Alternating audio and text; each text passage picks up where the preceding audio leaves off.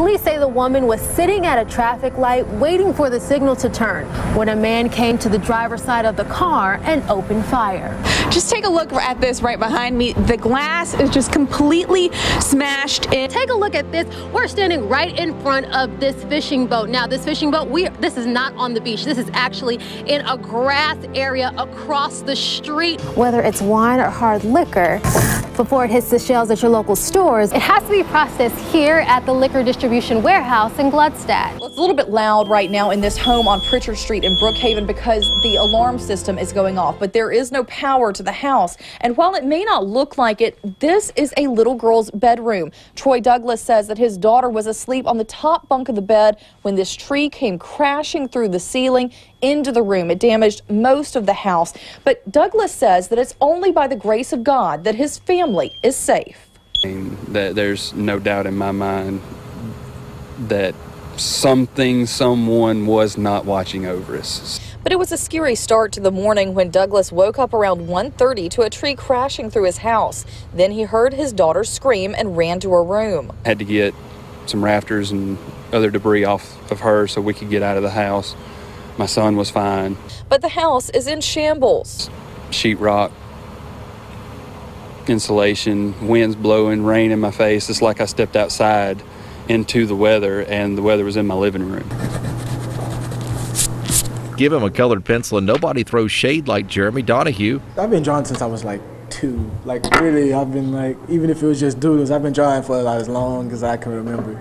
So it's pretty much just been something that I always like to do. Looks like it's about to change. During his high school career at Forest Hill, art department chair Rena Moore helped Jeremy sharpen his talents. From colored pencils to printmaking, she kept Jeremy on task as he picked up skill after skill. He's very, very talented at portraitures, and he pretty much anytime he's drawn a person, it looks just like him, but he's able to add a little bit of extra to the picture. Jeremy's skill at blending and shading can make drawings as sharp as a photograph. Most of my stuff is either somebody who's impacted my life or somebody's in my life. His artwork is now actually in New York City, about to be in display the first week of June, and then they're going to have an award ceremony at Carnegie Hall. Jeremy's also getting recognition closer to home. It's not like many people knew who I was, but then like everybody starts to know your name. People start recognizing you in the hallways. Congratulations here, congratulations there. It's really nice. After he returns from New York, Jeremy will attend Hines Community College on an art scholarship. His teacher believes he'll be an artist to watch for. Art is life. Art is life. People in the area are looking to pick up the pieces after Hurricane Nate rips through the area. They tell me though it may take some time, they are still going to rebuild. Neighbors woke up to large trees overturned in their yards after strong winds swept through Pascagoula. On Beach Boulevard, lots of debris washed up from the storm surge. The surge was about what I expected. The winds were about what we expected. Now we got a big mess to clean up. We're told the water rose at least 8 feet on the beach. Concrete barriers lining Buffett Bridge now sit in the middle of the road. We have a lot of drainage issues and some power outages, and we've got to get busy on it. By 8 a.m., crews were out cleaning this mess on Market Street. But the damage was a bit different for some people living on River Road in Moss Point. Water and wind swept up debris to the neighbors' front yards, and some neighbors even tell me their boat piers were completely washed away. It's kind of like, you know, kicking you when you're down. But it's been bad and it's been good, but I guess it's over now. The family found their shrimp boat partially underwater Sunday morning. I live about 20 miles north of here, but we keep our boat down here, so it was stressful not knowing what was going on down here. The family was visibly emotional standing at the pier. They tell me the boat is the main part of their shrimp gathering business, and they're not sure if it can be fixed. It's devastating, but we'll get through it. I've had a boat sink, and so I know the feeling. When you live down here and you own a boat, you really like it. So it's almost like, you know, losing a friend.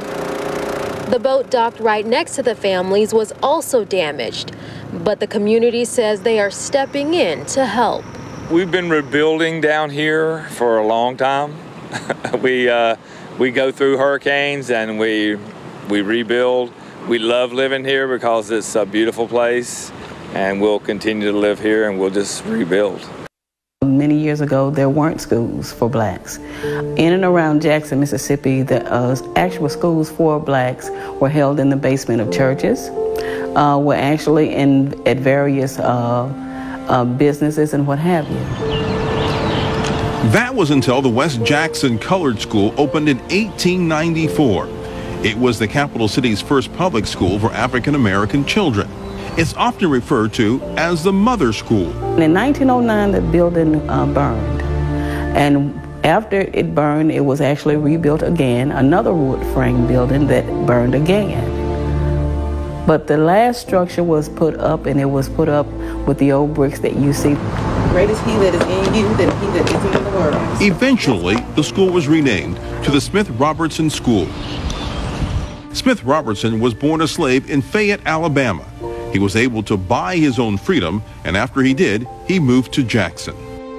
He got involved in the local politics, and he was also a businessman. He was a barber at the Spangler Hotel. He was looked upon as a leader in the community, and because of that, he was named the first black alderman in Jackson, Mississippi. For 77 years, the Smith Robertson School was where African American kids from the capital city got to go to school. It closed in 1971 because of integration. With integration taking place, of course, the black students who were in this community and those students that the school actually served, they were being bussed away from the school. And it kind of left the school sitting idle. For a while, the school was abandoned. That was until a group of citizens decided they needed to preserve the history of the school. They actually got together and decided to see that it became the Smith Robertson Museum and Cultural Center. And that's exactly what they did. The brick from the original school building still lines the halls at the Smith Robertson Museum and Cultural Center. Old drawings like these line the walls as well. It is so very important for us to preserve not only the bricks but the history of our people, and that we can tell that story and share with our people how great the story is of the African American Mississippian. The museum, which sits on Bloom Street, features several exhibits. One of the first, a look at the life of James Meredith. We want to protect the life of James Meredith and all other people. It also features a look at the life of Mississippi author Richard Wright. He graduated as valedictorian of his 8th grade class from the school in the 1920s. What we're doing here is we're wanting to touch on and tap into every aspect of the history of the African American Mississippian. A trip upstairs in the museum gives a different side of black history. We have From Africa to Mississippi, where we talk about when the first Africans came to Mississippi, being sold at the forks of the road, and talk about that transition from Africa, the motherland, to the slave ship, and from the slave ship to the auction block, and from the auction block onto the plantations, and from the plantations to freedom. Medgar used to go out in the backyard, and he would always carve his name on the back of the house. There's also the Medgar Evers Retrospective Gallery. It delves into the life and death of Medgar Wiley Evers. This gallery includes several interactive activities for those who visit the museum. We couldn't go up to the white school, the high school with the white kids, because we were black. It also features a gallery of quilts, which explains how slaves used patterned quilts to escape slavery. And it features artifacts and artwork. They're all elements that interim manager Charlene Thompson says plays a large part in African American history. And the staff at Smith Robertson welcomes everyone who wants to learn more about it. When you come through the doors of the Smith Robertson Museum, you see a word that says Akwaba. And it is a word that means welcome in the Tree language. And we want to make everyone welcome, and we want them to know that they're welcome, and we want them to feel at home and to experience this history as it is.